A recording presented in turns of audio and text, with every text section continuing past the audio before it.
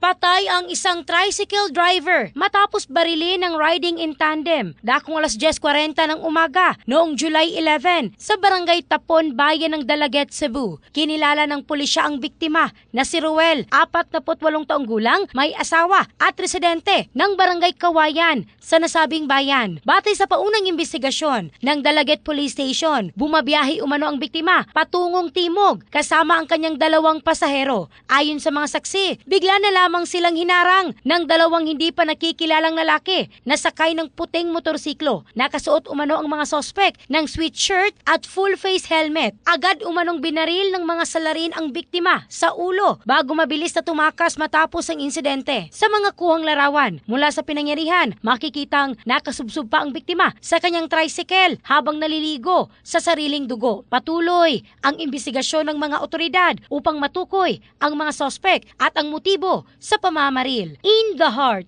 of changing lives, ako si Michelle Craste ng Brigada News Philippines, the Music and News Authority.